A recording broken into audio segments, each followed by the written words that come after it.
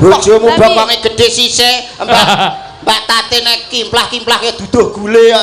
Wong lanang nyawange. Mae bojomu piye? Kurang piye bojomu? Bojoku yalah ngono iki lho Mbak lah aku. Nek karo aku piye? Memprihatinkan. Lho, waduh lho. Apik sapa? Kaya bumi karo langit lho bedane. Apik sapa? Karo langit. Bumi karo langit. Tarik mindah pira wene to kaya. Bumi karo langit. Bumi karo langit. Wah, sampean ki. Apa piye? Begane krambil ijo. Apa, Mas? Bejane sing duwe bojo. Begane kambil gading. Bejane sing iso nyanding. Bebasan pring kuning mangklung ning pinggir kali sapa wonge ra pengen ngetok. Lencir kuning merak ati sapa wonge sing ra pengen nyipok. Walah. Maksudnya piye ta? Oh. Kaget aku masanya. Dicipok iso gosong cangkeme kaya portal. Lagi ta? Sing aku seneng lho Mas delok gundulmu lho. Loh, wis to tenang kowe to. Lah piye? Perkara gundul kok apa meneh kok gundul? Umpama aku iso ngentole kowe, paribasane tak rewangi rawe-rawe rantas malang-malang putung. Pecaing dodo. Utaing ludira, sedumuk bawuk senyek. Wapuk lambemu lho, tak wapuk lambemu lho kok. Kowe iki tak wapuk pisan kok di hadapan para piyai luhur ra iso. Sing ketoprak tak rewangi pecaing dodo, utaing ludira, rawe-rawe rantas malang-malang putung sadumuk bathuk. Loh, Bathuk ora. interupsi bicange. Pripun? Nyapa? Niki kula badhe menjelaskan kata-kata niki. Iya. Kenapa wong nek ngomong-ngomong bawuk kok jarane saru iki kenapa? Padahal bawuk niku jaman semono biyen niku panggilan untuk cawe dok cilik niku jenenge bawuk, nek calanang cilik jenenge kuncung. Leres nggih. Panjenengan saking Yogya to? Nggih. Riyen enten majalah kuncung bawuk. Mboten ming majalah. Sandiwara teng TV niku Sandiwara teng TV. Lah nggih. Bawuk. Lah perkara majalah niku kula seneni kali Pak kula. Mergane apa? Lah bawuke tak kei kuncung. Lah. Mate tak akan ngono Mas. Wah gedeng iki kok iso. Wong kok iso ketemu karo Mbak Tatin, Kiai cantik lembah manah saka Ngayogyakarta. Paling tidak ketoprakan to kowe. Ben Wah iki sip wis pun dados. Duduk. Arep ngapa? Lho, Wis to. Sing bayar wiyaga ki aku. lah nyilih sedilu apa? Ah sampean arep manglung ngene ra ono sing muni nek aku. Aku rasah manglung kowe madhep rono. nyuwun palilah. Tuduk. Kowe sing nuthuk saiki. Opo. Iki bagianmu nuthuk. Nah. Tuk tek tuk truk. Alah. Apa kowe ini? Gak metune dagelan lho. Tutuk metaran. Tuduk. Apa lah totok-totok? Tuk. Tuk no. Oh alah Mas sing ngendang iki ketae kok sentimen ta. Kaya pinter-pinter ngendang ae. Kok iso pinter-pinter ngendang sampean? Paling iki kondangmu siarne apa? Kondangmu siarne apa? Siarno TV. Yo TV lokal, Siarno radio. radio bosok paling. Aku ki lho. Ha, Siarno masjid.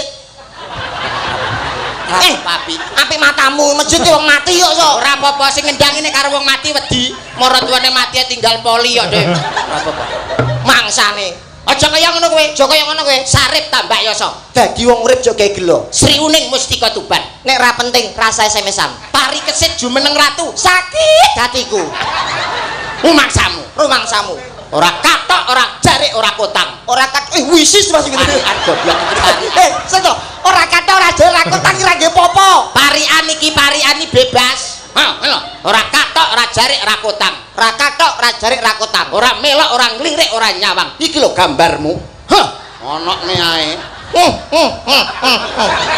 Ngerti sapa aku? Lakon Maesa Jenar. Dadi sapa? Pangisingan. Pangisingan. Sing gawe topeng iki Mas. Pasingsingan. Yo, Pasingsingan. Pasingsingan pangisingan. Isingan. Ngisi Mulane biasmu diumum iki. ketno. Ayo. Pangon nek dadi pangisingan mon bentuke kaya ngono. Pasingsingan, Pak, Pasingsingan. Ra jarik, ra katok, ra kotang. Ra mlirik, ra melok, ra nyawang. Ki lho gambarmu. Gonmu dhewe lho, gonmu dhewe. Kene lho. Rumangsamu Rumangsane apa? Sepiro bantere playumu? Sik banter playune bis Bagong. Sepiro kandele kulitmu? Sik kandel kulite badak. Kaci gedhe, Gamoh sujukane. kaci dhuwur. Nempilengi sirahe buta rancik-ancik Gunung Mahameru. Sugih japa mantra, Rawatak Raden Arjuna merguru marang batange buta. sugih utang. Sauren dhewe. Ngono Lah nyapa aku sugih utang bareng lho. Kono ben wedi. Kendange sing penak. Kendang sing penak. Dapukane apa dapukane niki? Paling tidak nggih lakon kedirinan lah. Kedirinan lakon apa? Panji niki dadi Dewi Sekartaji kowe dadi Panji Asmara Banger ya. Banger. Pas nek niki. Iki loro iki dadi Waito Puyengan, aku sing dadi Damar Wulan. Lah cocok Waito Puyengan Damar Luwak. Damar Wulan iki kumitire, iki setane. Lah, pas. Sik iki mau kok dadi lakon Panji iki lakon apa? Panji. Panji kok Panji. Panji. Oh Panji to, krungu Panji. Panji. Nek Panji sirahe pas kaya Panji. Kula Damar Wulan, Pak. Damar Wulan. Iki Waito Puyengan, aku layang kumitir, Mas Seno layang seto. Iya. Jadi iki kumitire, iki setane. Nah, pas. Kok aku kok setane piye to? Iki sapa sampean dadi sapa? Layang kumitir. Sampean. Layang seto. Ya ya pas to iki kumitire sampean setane. Iki demite iki lho. Mas. Oh, nggih. Maksude Jawane layang setane ngoten. Setone ngoten. Iya. Duduk. Tuduk. Duduk. Tuduk. Duduk.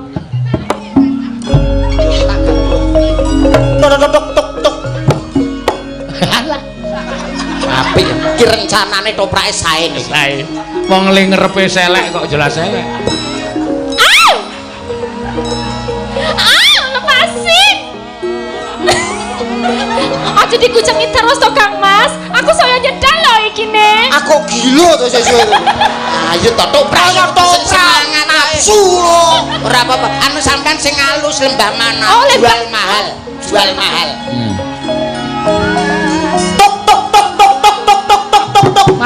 Maling. Oh, sesek to. Sesek Mas, jaluk sesek. Kentongan. Dak.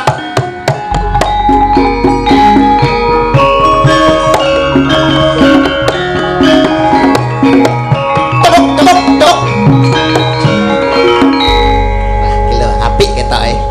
Action-e entuk. Duduk. Oh sedih Mas, sedih ketoke. Nembe nandang sungguh. Oh. Surem-surem diwangkara kirek.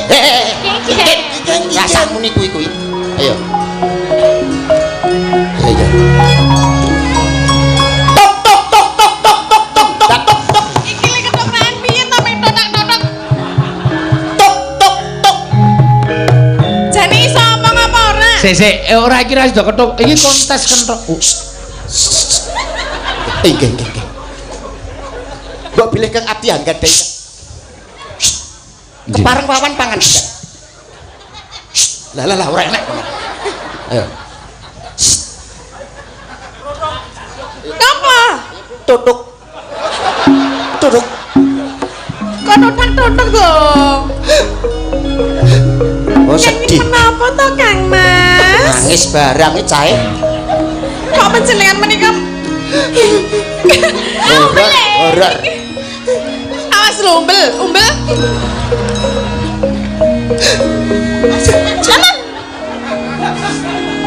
Alah gila kan. Gila nih.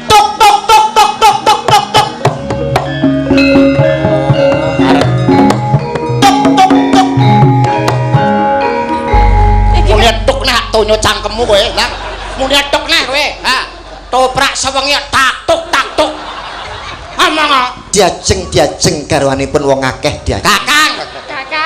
Kakang iki kancane akeh. Oh iya. Lunyu cangkeme. Diajeng Waito karo diajeng Puyengan. Injih Kang Mas. Apa pancen siramu tresno marang pun Kakang diajeng? Boten. Ora samong aku wis ngerti apa sing ape mbatur ke Apa Sakti. ngeten niku to Kang Mas? Diajeng Puyengan. Napa? Apa sampean wis matur marang Rama dalasan ibu yen awak dhewe bakal jejodohan? Dorong. Aja omong aku wis ngerti. Sat-sat apa tujuane? Diajeng. Aku di lho Mas. Apa meneh kowe aku gila kowe lho. Ngomongnya piye Ing jagat ora ana papat, ing donya ora ana lima, ing bumi ya mung sawiji wanita kang bisa gawe seneng atiku ora ana kowe ya mung Waito karo Puyengan. Mula saka kuwi nyuwun apa bakal tak turut awit Kakang Inalendra kang sugih bondo sugih bandu Mas Picis Raja Prana bakal tak tumplek-blek parang kowe waton kowe njaluk butir lintah karo ora blan karo tak bisa pinakal kok kowe kanca ketek takon itu. Tarik napas dulu. Ya Allah Gusti. Gusti nyuwun ngapura. Masa enek wong ngomong kok ngantek kentekan napas ini ra kowe penek ta. Wong ngerol kentekan nabat iki lho. Ngomong iki lho sing alus. Angel kedopane, Mas. Ayo baleni nek sing apik. Dijeda tarik napas dulu. Ngomong sing apik. Yo diajeng. Kakang anu kilap diajeng. Lah, apa enek toprak kilap ya? Diajeng Waito. Jagat tepung gelang anggonipun Kakang Ngupadi wanita kang bisa gawe senengku, ora ana ya kejaba wong kowe wong sakloron. Diajeng puyengan. Nyuwun donga pangestu marang Rama dalasan ibu muga-muga awake dhewe jujudane iso langgeng. Aja kuwatir kowe nyuwun apa bakal tak turuti Mas Pices Raja Brana bakal tak tumpek blek marang kowe waton kowe ra njaluk udil lintah karo rembulan karena tak bisa pinakane tahu kakak tahu desa rebuti pol kok itu tidak. Tiba tenan kok. Ih, nyuwun ngapura. Wong enak omongan kok ngantek kentekan napas ini ra kowe penek ta. Ngomongnya diatur gawe spasi. Nek omongan ki aku pernapasan. Tarik napas. Ambegan. Tak warai. Goblok, inget iki lho. Yayi Waito.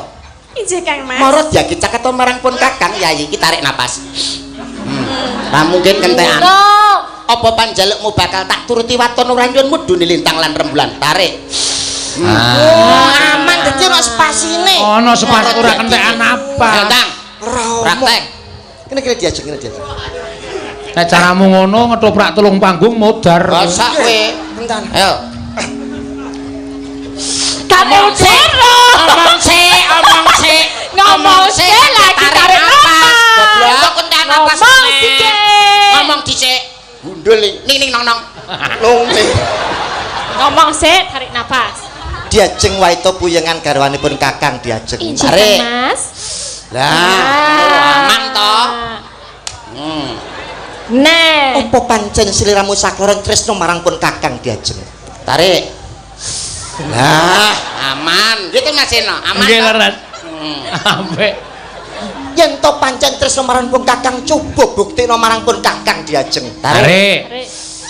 Rono lho, madhepe rono lho. Madhep iki parake rono. Iki ora melok iki. Iki barang iwape. Kono ae. Ayo. Rupane kok kaya pangisingan mau ya. Diajeng Waito puyengan. Aja sumelang yen to kowe kelakon dadi bojoku kok bakal takjak rekreasi ning adoh diajeng. Tarik. Kang Mas. Kowe engko takjak ning pantai, tak tukono kathok cilik sing ngapret mburi gambare reok. Lho. Mburi gambare reok. Heeh. Nek mlaku piye? Wong edan iki kok iso. Kok wedok kok ndine kok ngono. Kene Mbak Tatin tengah kene. Oh nggih. Ngaturi. Iki Sidora. Heeh. Ra sida. Ora iso aku kan. Kentekan napas ngono kok dhek ketoprak kentekan napas tok jak noprak malah Mengine Lho, lah jenengan mboten ngertos to? apa? Mudin kematian jenengan nek nyar wong mati pripun? Jenenge mudin kematian ya biasa gitu Mas. Lah nggih to Mas. Paling tidak ngene lho nek mudin kematian iki. Assalamualaikum warahmatullahi wabarakatuh. Inna lillahi wa inna ilaihi rajiun. Sampun kapundhut sowan wonten ngersanipun Gusti panjenenganipun Bapak Suto mugi katampi sedaya amal ibadahipun. Wis biasa. Jenengan ngaten iki. Nggih ngoten niku Padha sami. kabeh beda kali nggenku. Nggonmu, nggenku sing dadi mudin kematian iki bekas MC dangdut MC orkes. Lah nek nyar nih. Ning nyarno ora kalem ngono kuwi. Bekas MC orkes. Kok nyar kok innalillahi apa iki? Lah MC nggonmu piye Yen mudin? kowe bekas MC dangdut tok piye? Masih bersama bareng-bareng dalam keadaan yang berduka ini. Aduh Gusti ya Allah. Kita semuanya hadir di sini untuk menyaksikan kepulangan almarhum yang terakhir. Siapa dia? Mas Andi.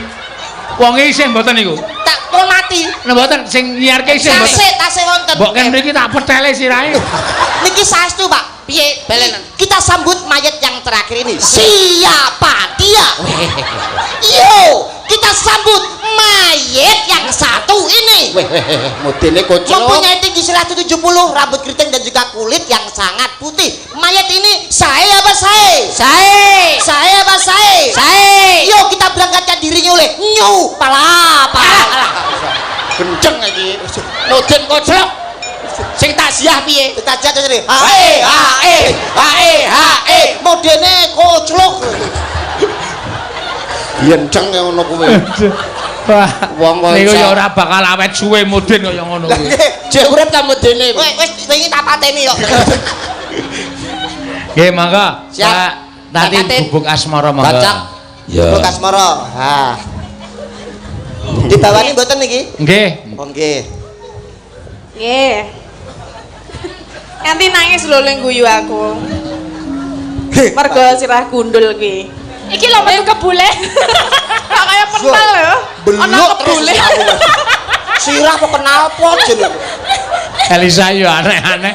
Wong sirah kok metu kebule. Apa nyawane muntup-muntup apa piye? Lah, aman Ah, ya. ngono. Ditutupi. Kaya anu perjurit Jepang. Kaya kaji malah kaya kaji. Kaji apa, Pak? Emprit kaji.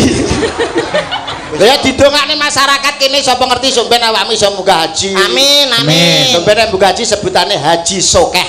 Lah kok iso? Disokong wong akeh. Tek padha karo tanggaku. Ngapa? Omahe desa kena jalan tol, akhirnya untuk duwake munggah kaji. Dadi haji apa? Mansur. Kok iso? Halamane kena gusur. Tanggaku munggah kaji baradol sawah dadi kaji wahyu. Lah kok iso? Sawahe payu.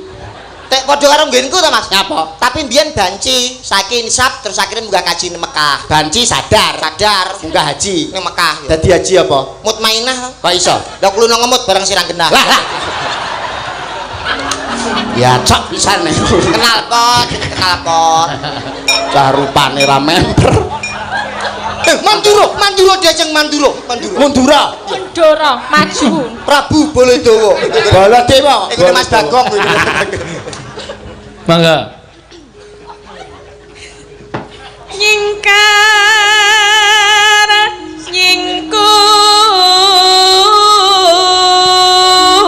Nyingkur. Tak tonyo tenan lho suwe-suwe.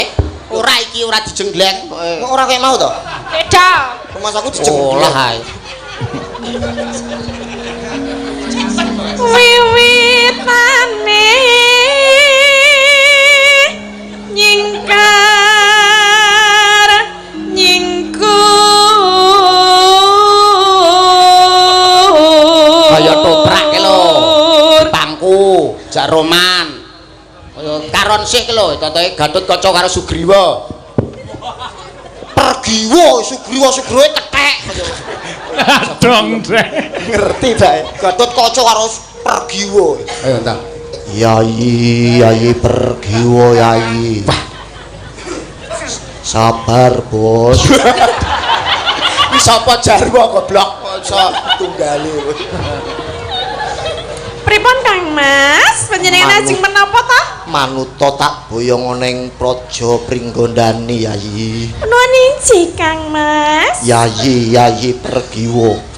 Sok yen kowe kelakon dadi Widur Sasana celuk kok iso ngene-ngene. Embean ngene Dursasana.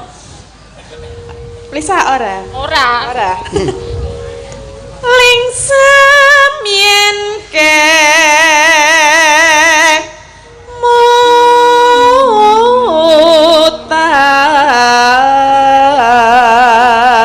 mutan.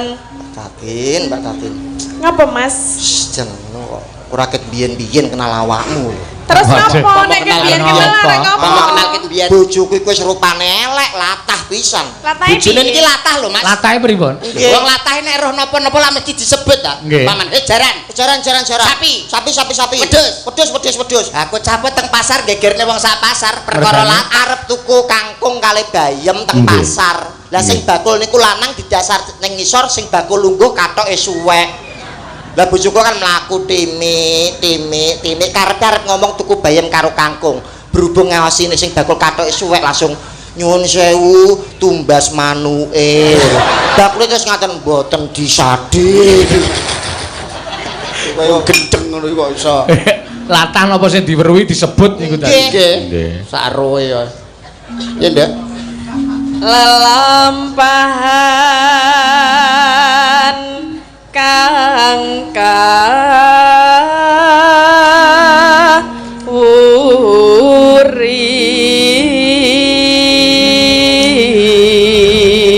wuri. Jenengan benjing mampir teng mriki Pak Seno. Pripun? Kula dudune sinden sip Pundi? jenenge Yutin. Sinden paling nekat dhewe sak alam donya. Lah kok iso? Dijaluki ladrang wahyu rapali nekat. Nggih. Masuk nyuwun apa ladrang wahyu? Oh nggih. Srataruna angujiya jangan kara monggo sisaning jumadi manungkul ing karya kang akeh gulane besane sembodra patenana kowe ya lho tasih enten wong iki saiki mun dipateni bareng mudun niku wau alah perno wae monggo ya tresna tulus nadyan ing gubuk asmara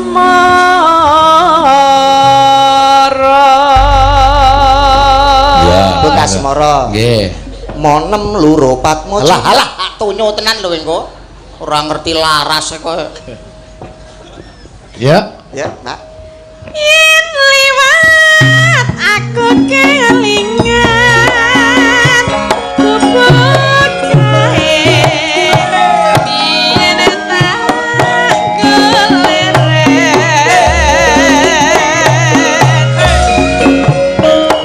ning cagak maaf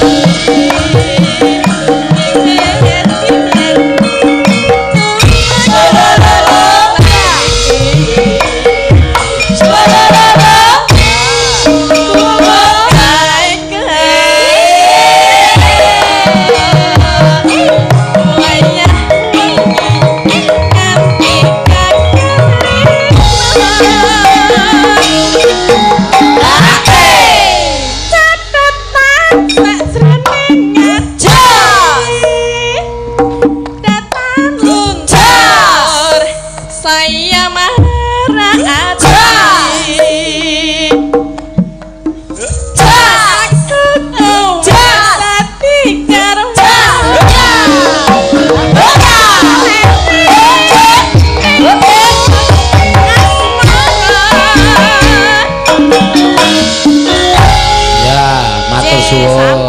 Ya, Mbak. Ya.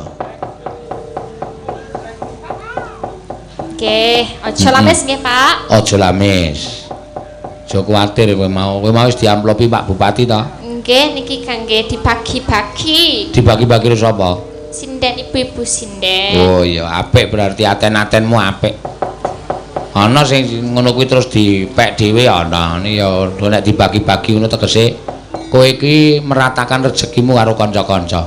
Lah nggih kan nyambut gawe saring-saring. Bareng-bareng. Wis ora apa-apa, ora iso dirungokke ya wis ben. Ya. Dibawani. Iso ta bawani, Nak? Nggih. Saged, monggo. Yen kowe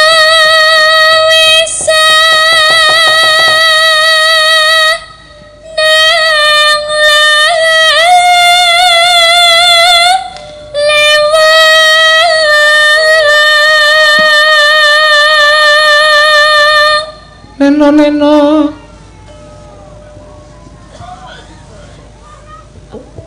Bacane hamang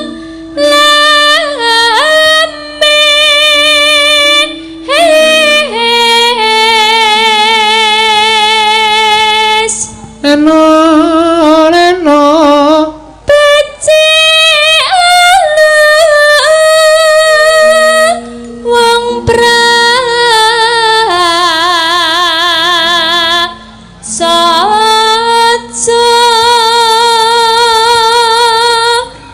Neno. Piwalengku ojo lames. Nah, Yen pripun? ora apa-apa terus. Ya wong adat saben Elisa iki ana sing gurung apal. Ayo wong ora Jawa asli wis lumrah. Nggih.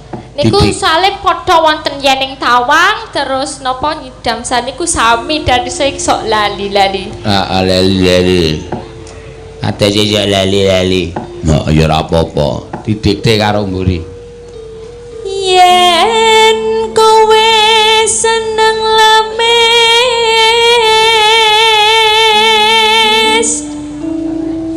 gampang kena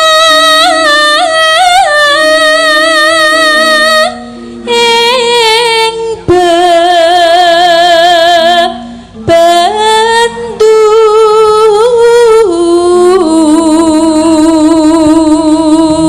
tumraping pasrawungan. Tumraping pasrawungan.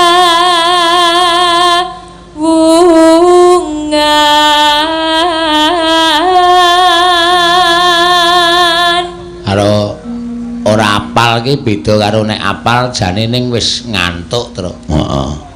Kaya aku mau. Heeh. Makler ngono e. Terus dadi mak kuwi deng globok. Ayo mripat ki kadang rasa ora iso dianu e. Untung sadar aku nek ora sadar wah jomplang kabeh lho, Tru. Ya ora apa-apa. Ora apa-apa ya, Tru. Ora apa-apa. Mbok aja do seneng lames.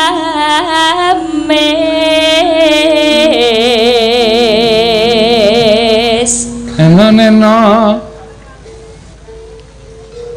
Seneng lames padha karo demen citra.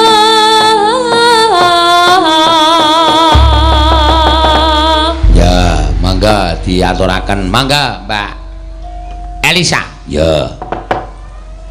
Ket arep mati garing nang ngene tak lakoni. Pula aku mulih nang alam donya nek nganti aku ora weruh karo bapakku percuma. Ora ana gunane. Nek dewa ora ngeparengake paring dawuh sapa wong tuaku sejatine. Wis ben mbok tekan modar mbok men tak lakonane. Nek aku jane gumun aku ki ya ngopo to ya aku ki ya.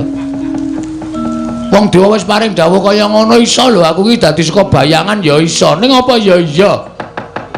Sing kepindho iki jane aku tekan kene iki ana sing ngeterke ning didhawuhi supaya aja omong karo sapa-sapa. Ndara Antasena kok malah ora ngetok ki. Piye maksude iki? Ana nganti aku cilik lara gedhe tekaning pati terus Ndara Antasena ora muncul. Piye sapa sing arep tanggung jawab? Ndekno mau nang omah gong nek arep takon ro bapakmu. Takon sapa bapakmu munggah nang kayangan, takon dewa. Carane pripun, Den? Ayo tak unggahke rasa kuwatir. Nganti tak rewangi ngapusi karo dewa-dewa. Kowe munggah mlebu kayangan tak anteni ning repat kepanasan. Bareng aku tekan kene kok sepi mamring ora ana wong ki. Engko gek mulih si Antasena iki. Nek mulih cilaka aku. Mulih ya ora ro dalane, maju ya bakal dikeroyok dewa. Wah, lah wis nasib pancen wis pestiku apa kudu kaya ngene ya lakonku. Wis lah, terserah. Antasena jedul ya karepmu. Neng simpingan ya karepmu.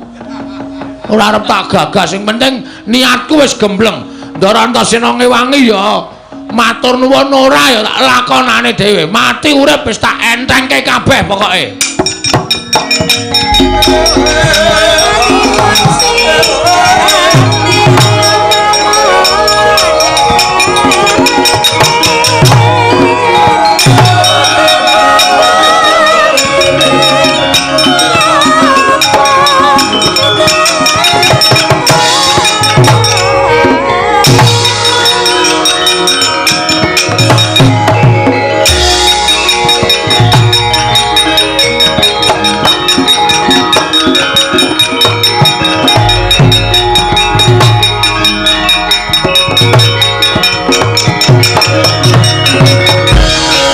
Nututi lamun katututan lamun mangsa prawira tiktaya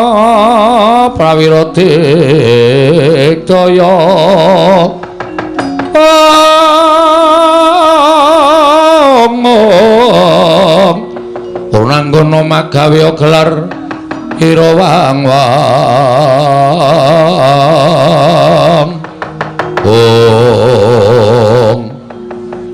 iki sing nyekep aku mau. Yo, dasar Pranyata Bagong. Ulun Bathara Indra. Maksude apa? Aku tok larak tekan repat kepanasan. Mergo aku nampa dawuh pangendikane iki Wang Pikul Narada. Supaya kowe digawa metu nang repat kepanasan. Lan iki aku nampa dawuh meneh Bagong. Dawuhe apa? Kowe kon bali. Bali nanti? Bali ning jagat. Terus nek aku bali ning jagat, kosek aku ki dewa kok kowe ora basa. Oh iya lali sik nun yang bener. Terus nek pun kula wangsul teng jagat, nek wis bali ning jagat, dasare wis diweni keterangan bapakmu ki sapa. Kowe ora usah mbok terusake nggon menakon karo bapakmu marang para Jawata. Jawata ora ngerti menyang didurunge bapakmu lan bapakmu kuwi sejatine ora ana. Kowe pancen dipuja saka wayangane ya kuwi Siwana Yantaka. Has. Jawaban yang sama. Ora bakal menehi pemareming atiku. Terus karepmu piye? Aku pokoke kudu njaluk ketemu karo Bathara Guru. Nek Bathara Guru ora kepareng sarta ora iso ngendikake endi bapakku, ora pantes dadi Bathara Guru. Bathara Guru ki kudu ngerti apa wae. Dheweke iki dadi dewaning para dewa. Kudu ngerti marang kananing titah. Kok dadi tak takoni bapakku kok ora paham. Kaya ngono kok dadi dewa. Ora wangon dadi dewa Bathara Guru. Mula wektu dina iki aku ora nrimake. Nek Bathara Guru ngandhakake bapakku nendi, kayangan tak gawe geger. Lho kusik. Apa kowe wani karo para dewa? Lho wis muni ngene kok dikira ora wani ta iki? Iki wis nekat nek kaya ngene iki. Tegese kowe wani. Wani. Yen wani tegese aku iki kudu peksa karo kowe Bagong. Terus Kowe tak candhak, tak uncalake saka Gunung Himalaya ben tiba ning jagat. Kowe bali ning papan dunungmu. Nek pancen iso uncalno, nek ra iso ngapunten lho nek ana dewa kewirangan karo Bagong. Lho, apa kowe wani karo aku? Jane ora ning merga tok warahi ya nuwun sewu. Kepeksa kula wani. Yen wani karo aku kene marganing patimu. Nuwun sewu pukulun. Dijajal dewa karo Bagong menang sapa? Iki merganing patimu. Panggawa tak ayoni pukulun.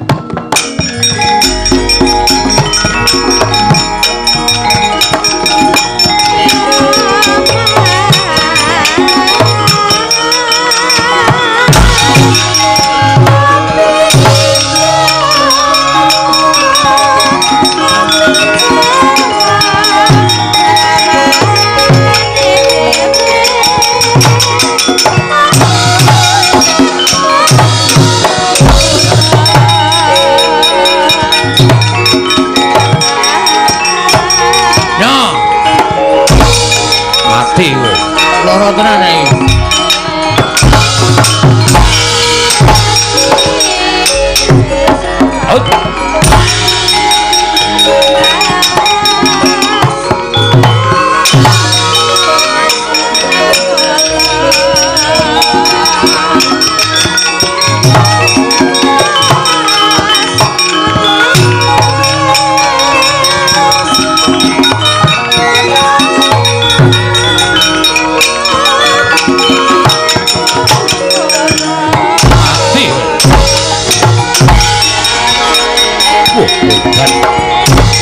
Apa-apa. Weh ora kena.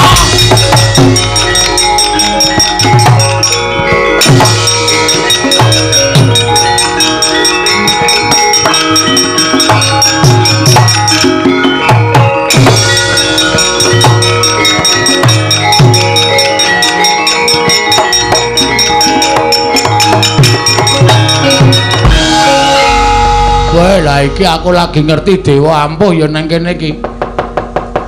Dhek ngantem aku plak-plek mumet tak ampet kok bareng tak bales kok. Rasane tangan iki kaya temomo ning dodone kok. Kaya ora kena wah, jan nyemelangi tenan iki. Mudar tenan iki aku dikeroyok dewa tenan. Rekake ngono ya arep dadi cah kendel, dadi arep kepengin goleki bapak. Nenek kaya ngene iki sapa sing arep tak sambati? Ndara Antasena ya minggat. Ora ketok. Bareng kahanan kaya ngene kok sak penake dhewe lunga tanpa pamit. Wis modar yem aku. Rekake goleki bapak malah Sarapati nang kene. Mongko Bathara Indra ngoyak-oyak aku kaya ngono kae mesti. Kae urung ngetokke Jaya Kawijayan Aji guna kasantikan. Nek nganti ngentokke Aji Jaya Kawijayan mati tenan nang kene aku anakku isih cilik-cilik. Nek nganti engko aku tak tinggal mati terus anakku piye? Nek bojoku dipsida dipek tanggaku tenan. Anakku ngrekoso iki mlebu panti asuhan malah wis ora kopen iki nek ora mulih nang Madyapada ndrawasi tenan iki. Wis suwe, Mas. Ya sawetara. Rada mriki? Ya. Ngopo kok bingung? Ngopo bingung? Semene iki nek ndombani ora ngono kuwi. Ngono kuwi piye? Sing ngakon munggane kayangan aku sapa? Aku. Sing ngakon takon dewa tentang bapakku sapa? Aku. Ha kok kowe malah ora ketok? Aku ngiyup saka repat kepanasan. Mergo panase repat kepanasan kuwi pancen gilani. Yen ora kuat mesti bakal tekaning pati. Terus aku ngopo mlayu-mlayu? Diantemi dewa ya aku. Diantemi dewa sapa? Bathara Indra. Ambok diwales diantem. Nek iso tak waleske mau-mau. Ora iso. Tak tonyo ora kenang tak antem ora kena, tak tabok ora kena. Kaya ana tamenge dewa-dewa ki. Kowe iki nek goblok aja dienggo dhewe. Nek goblok takon karo wong pinter. Ada aku takon sampean, carane ngantem piye? Carane ngantem ana. Carane piye? Dewa ki keringkiane siji. Keringkiane disembah ping 3. Tur ling ngantem aja nggo dodo munggah ning dodo medun. Dodo medun? Mesti kena. Masa? Tenan. Aku ora tau ngapusi. Yakin? Yakin. Ku anggere ngapusi titenono wae. Sembah karo diantem nggon weteng medun. Antemen sak banter-bantere. Mesti kena. Ning nek kowe ngantem kene munggah ora kena wong titah warwan teranyak karo dewa. Nek nganti omonganku iki ngrucut, aja dundang Antasena. Wah, undang Panija kowe. Iya. Tenan titenono. Mangkat saiki, mangkat to ning ati ngapusi nuju aku go. Nggih, takon dawa. Ngono.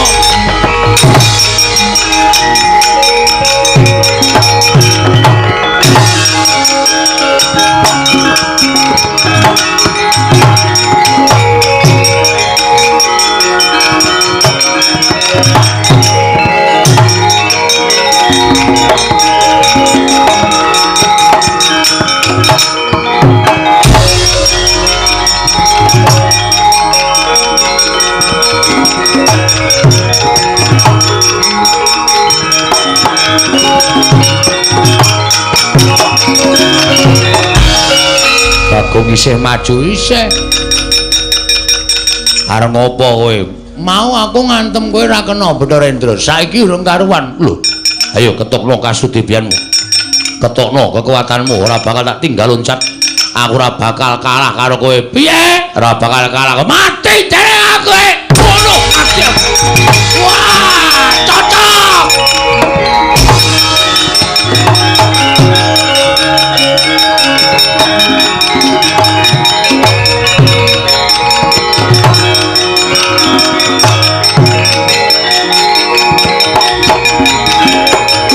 Waduh, mati ya. Oh, sambat kowe. Ayo adu gares. Jare.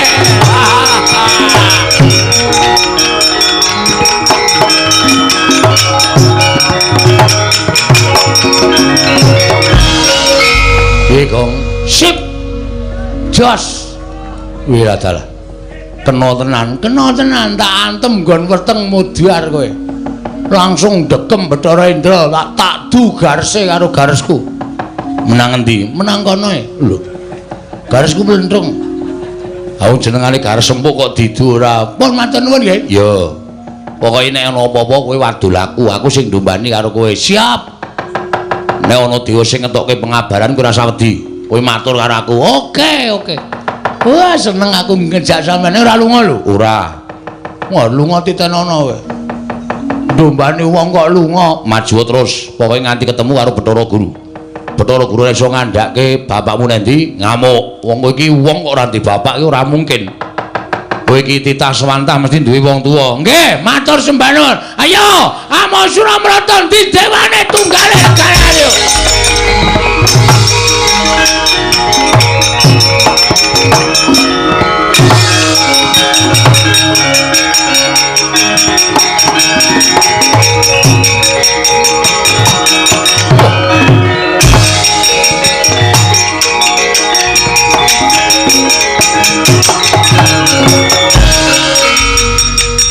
Bagong ngamuk ana ing repat keparasan. Oh, sapa kowe? Bathara Brahma. Bathara Brahma iki sapa? Dewaning geni. Dewaning geni? Ya, ora cedak-cedak pom bensin lho, ora.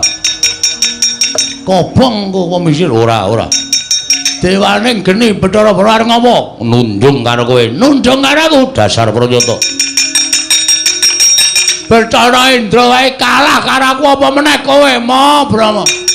Ayo, aku ngerti pengapesaning para dewa. Ayo jajal. Ene merganing patimu.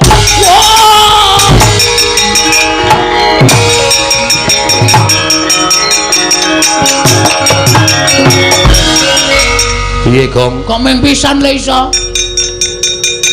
Bareng kula ngantem Bathara Brahma ora apa-apa e. Mesti ning sing lali kowe. Sik. Ora e, ana mesti eneng sing lali, nyembah urung. Wah iya. Wah, lali. Sembah saka kene, ora apa-apa bebas. Ping 3, siap. Wis. Saniki ngantem weteng medun. Wah, antem nggon terminal. Ora jebol. Ora mules wetengmu aja dundang Bagong. Mangkat kok mati dereng aku e.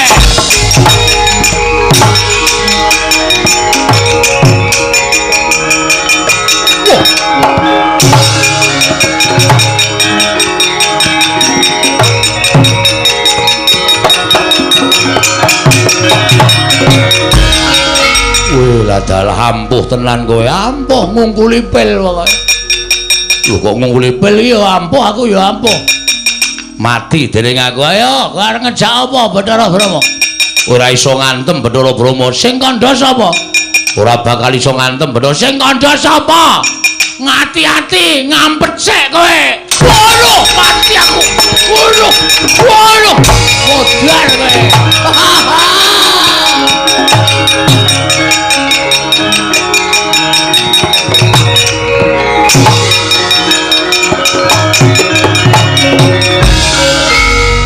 Gulung-gulung Bathara Brama.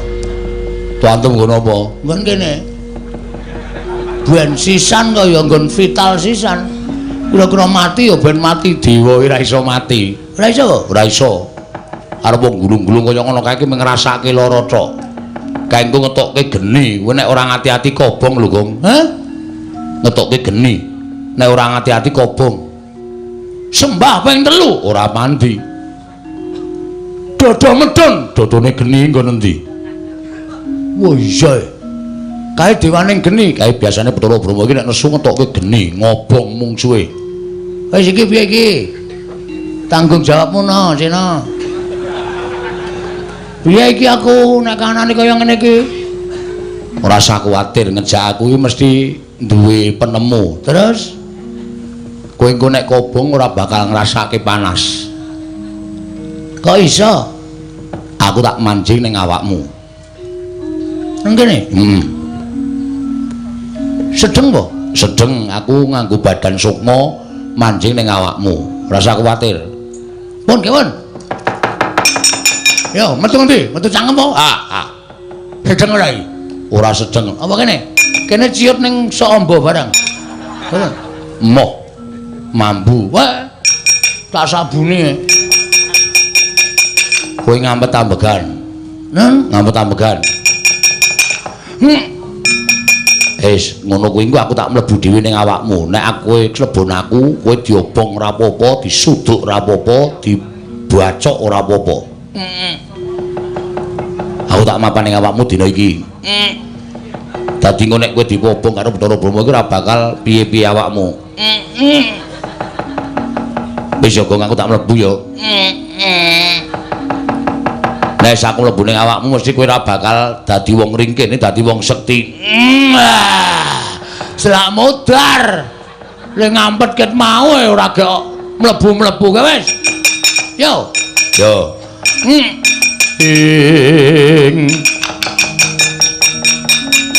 Titiprane manganak anong paricata. Mbak lume mbak lamun mambeng lirumbak ing samudra angrok. Gong wis. Sampeyan teng pundi? Aku ning awakmu. Lho. Wedane. Kok ora mbrenjel ya? Ora. Mergo aku alusan. Alusan? Iya. Mergo aku dadi badan alus. Terus kekuatane kowe dadi wong digdaya. Kula iso napa mawon? Iso. Kowe ditamani geni ora apa-apa. Blebeke nang segara ora mati. Wah lha iki. Wah, pun sampean teng riku mawon mboten sampe metu. Lho. Kula tak dadi wong ampuh sak lawase. Aja engko ndak tok nggo pamer, ndak tok ngumuk. Wis saiki arep ngopo? Kula cobane. Pethoke Bathara Brama nganggo geni. Nek kula kena geni mati omongane Ndara Antasena ming tekan pangucap mau mboten kababar dadi pakarti. Ya wis jajarane ora percaya. Nggih, tak maju alon-alon. Ya kono. Khususon ilarohi Ki Seno Nugroho bin Ki Suparman. Al-Fatihah.